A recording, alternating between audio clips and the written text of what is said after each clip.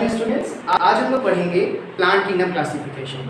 उससे पहले मैं अपना इंट्रोडक्शन दे दूं। मेरा नाम है एहसन खान और मैं आप लोगों को बायोलॉजी पढ़ा रहा हूँ। देखिए, आज हम लोग पढ़ने जा रहे हैं बायोलॉजी का plant kingdom classification. Plant kingdom classification पढ़ने से पहले आपको ये जानना होगा कि 5 किंगडम क्लासिफिकेशन जो R.H. विटेकर ने दिया था, किसने दिया था? R.H. विटेकर ने दिया था। R.H. विटेकर ने जो दिया था 5 किंगडम क्लासिफिकेशन, R.H. विटेकर ने जो 5 किंगडम क्लासिफिकेशन दिया था वो था मोनेरा, प्रोटिस्टा, फंजाई, प्लांटी और एनिमेलिया। मोनेरा में जितने भी यूनिसेलुलर ऑर्गेनिज्म आते हैं और वो प्रोकैरियोटिक नेचर होते हैं। जब हम प्रोकैरियोटिक कहते हैं तो प्रोकैरियोटिक का मतलब होता है प्रो मतलब कि प्रिमिटिव टाइप का और कैरियोटिक मतलब न्यूक्लियस। तो वो ऑर्गेनिज्म जिनका न्यूक्लियस जो है प्रिमिटिव टाइप का होता है वो प्रोकैरियोटिक होते हैं। प्रोटिस्टा में आपके भी यूनिसेलुलर ऑर्गेनिज्म होते हैं मगर ये यूकैरियोटिक टाइप के होते हैं। तो हम लोगों ने यूकैरियोटिक देख लिया। उसके बाद हम लोग देखते हैं फंजाई। फंजाई क्या होते हैं? ये पहले क्या है? मल्टी सेलुलर ऑर्गेनिज्म है। क्या है ये? मल्टी सेलुलर ऑर्गेनिज्म है और यूकैरियोटिक इन नेचर होते हैं। इनके साथ एक और चीज क्या होती है? ये सारे के सारे सेप्रोफिटिक इन नेचर होते हैं। सेप्रोफिटिक का मतलब वो ऑर्गेनिज्म जो किसी और ऑर्गेनिज्म पे लाई करते हैं अपने न्यूट्रिशन के लिए, जो डेड और डीके खाते हैं। ठीक है, फिर आते हैं प्लांटिंग। ये सारे के सारे क्या हैं? मल्टी सेलुलर ऑर्गेनिज्म है। उसके साथ ये यूकैरियोटिक भी हैं।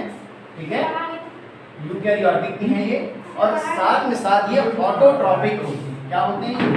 ऑटोट्रॉपिक इन नेचर होते हैं। इसका मतलब कि ये अपना फूड खुद बना सकते हैं। ऑटो मतलब ऑटोमेटिक टर्म से ये ऑटो वर्ड आया है। फिर आते हैं एनिमेलिया। ये भी मल्टी सेलुलर होते हैं, यूकैरियोटिक होते हैं और ये क्या होते हैं?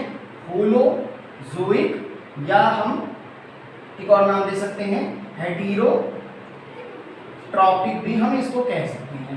हेटेरोट्रॉपिक हर वो ऑर्गेनिज्म होता है जो कि किसी दूसरे ऑर्गेनिज्म के प्रोडक्ट को कंज्यूम करता है फॉर गेनिंग न्यूट्रिशन।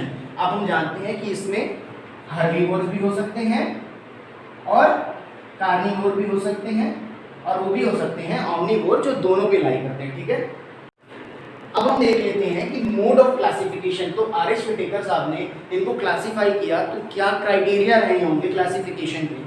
तो सबसे पहले हम देखते हैं कि सबसे primitive type of classification system था आर्टिफिशियल सिस्टम ऑफ क्लासिफिकेशन, जो कि पूरा ग्रॉस सुपरफिशियल मॉर्फोलॉजिकल कैरेक्टर्स पे डिपेंड करता था कि मतलब प्लांट्स के कलर क्या है, उनका कैरेक्टरिस्टिक मतलब एक्सटर्नल कैरेक्टरिस्टिक पे डिपेंड करता था। जैसे ग्रॉस सुपरफिशियल का मतलब जो चीज़ें आपको बाहर से दिख जाएं।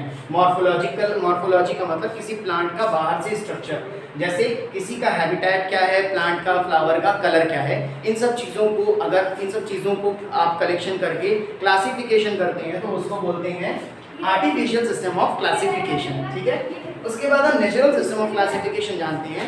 This natural system of classification is truly based on the natural affinities among the organism.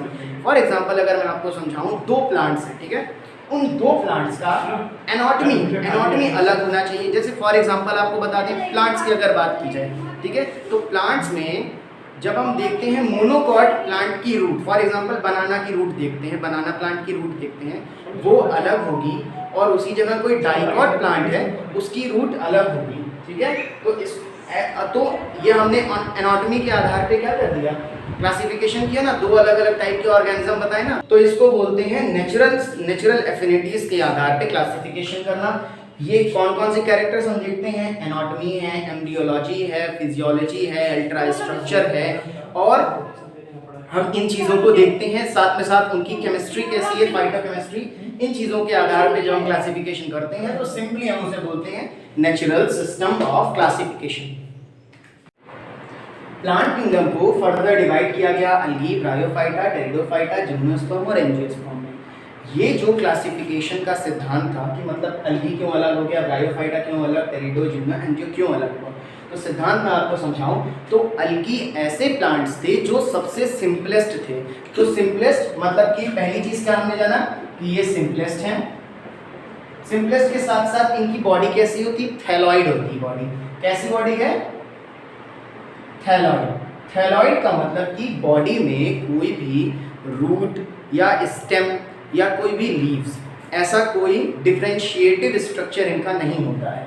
तो सिंपलेस्ट हमने जान लिया, थैलॉइड होते हैं, प्लांट्स हैं तो ज़रूर ग्रीन होंगे, तो मतलब फोटोट्रॉप ये जो है अपना खुद खाना खुद बना सकते हैं, फोटोसिंथेसिस का प्रोसेस खुद कर सकते हैं, तो ये ऑटोट्रॉपिक इन नेचर होते हैं। ठीक है, ठीक है, ऑटोट्रॉपिक इन नेचर होते हैं। और साथ ही साथ मेजॉरिटी जो होती है, मतलब कि जो इनका हैबिटेट है, मेजॉरिटी क्या होते हैं, एक्वेटिक होते हैं। एक्वेटिक में आपके ये मरीन भी हो सकते हैं, जो समुद्र के खारे पानी में रहते हैं वो अलगी, या कुछ फ्रेश भी हो सकते हैं, कुछ स्टैग्नेंट वाटर में भी पाए जाते हैं, कुछ टेरेस्ट्रियल भी होते हैं, कुछ टेरेस्ट्रियल भी होते हैं। ठीक है, तो टेरेस्ट्रियल का एग्जांपल आप कह सकते हैं लाइकन। लाइकन क्या है, एक सिम्बायोटिक रिलेशनशिप है किसके किसके बीच में, लाइकन, अलगी और फंजाई के बीच में फाइकोबायोन्ट और माइकोबायोन्ट मेंबर होता है। ठीक है, तो ये हो गया अलगी की बात। अब आती है ब्रायोफाइट। ब्रायोफाइट को बेसिकली हम क्या बोलते हैं, amphibian of plant kingdom. Amphibian, जैसे आप प्लांट किंगडम में सुने होंगे, एम्फीबियन ऐसे ऑर्गेनिज्म होते हैं जो कि पानी में रहते हैं और ज़मीन पे भी रहते हैं, और उन्हें अपने रिप्रोडक्शन के लिए पानी में जाना ही पड़ता है। पानी की ज़रूरत रिप्रोडक्शन के लिए पड़ती है। अब तेजी में ब्रायोफाइटा जो होते हैं, ब्रायोफाइटा आपके इनसे एक लेवल आगे होते हैं। ब्रायोफाइटा को बेसिकली हम क्या बोलते हैं, एम्फीबियंस ऑफ प्लांट किंगडम, इसलिए क्योंकि जिस प्रकार एनिमल किंगडम में एम्फीबियंस जो होते हैं वो रिप्रोडक्शन के लिए प्लांट वाटर पर डिपेंडेंट होते हैं, उसी तरह से ब्रायोफाइटा भी क्या होते हैं, ये पानी पर डिपेंडेंट होते हैं, वाटर पर डिपेंडेंट होते हैं अपने रिप्रोडक्शन के लिए। तो इनकी बॉडी भी क्या होती है, सिंपल होती है, थैलॉइड होती है। ठीक है, लेकिन थैलॉइड के साथ साथ थोड़ी कॉम्प्लेक्स होती है। इनके पास लीव्स की जगह ब्लेड्स होते हैं और रूट्स की जगह राइजोम्स होते हैं। ठीक है, राइजोम्स होते हैं इनके पास, ये जानेंगे।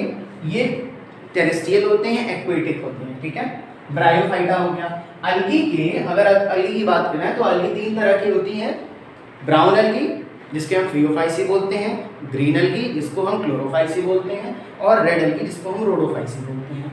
ब्रायोफाइटा की अगर फर्दर क्लासिफिकेशन की बात करें तो ये आपके हिपैटिकॉप्सीडा होते हैं, एंथ्रोसिरोटॉप्सीडा होते हैं, और भी फर्दर क्लासिफिकेशन है। टेरिडोफाइटा की अगर हम बात करें तो ये क्या है, ये फर्स्ट टेरेस्ट्रियल होते हैं। तो पहली बात सिंपल नहीं है, ये काफ़ी ज़्यादा कॉम्प्लेक्स होते हैं। क्या होते हैं, प्योरली, पूरी तरह से प्योरली टेरेस्ट्रियल होते हैं ये पूरे, और इनका साइज बहुत बड़ा होता है। ठीक है, बहुत बड़े होते हैं। साइकिल्स वगैरह इसके वन ऑफ द एग्जांपल है। जिम्नोस्पर्म पहले सीड प्लांट्स होते हैं। ठीक है, तो ये भी कॉम्प्लेक्स है, लेकिन जिम्नोस का मतलब होता है नेकेड और स्पर्म का मतलब होता है सीड। तो जिसमें सीड नेकेड हो तो क्या लिखेंगे, नेकेड सीड।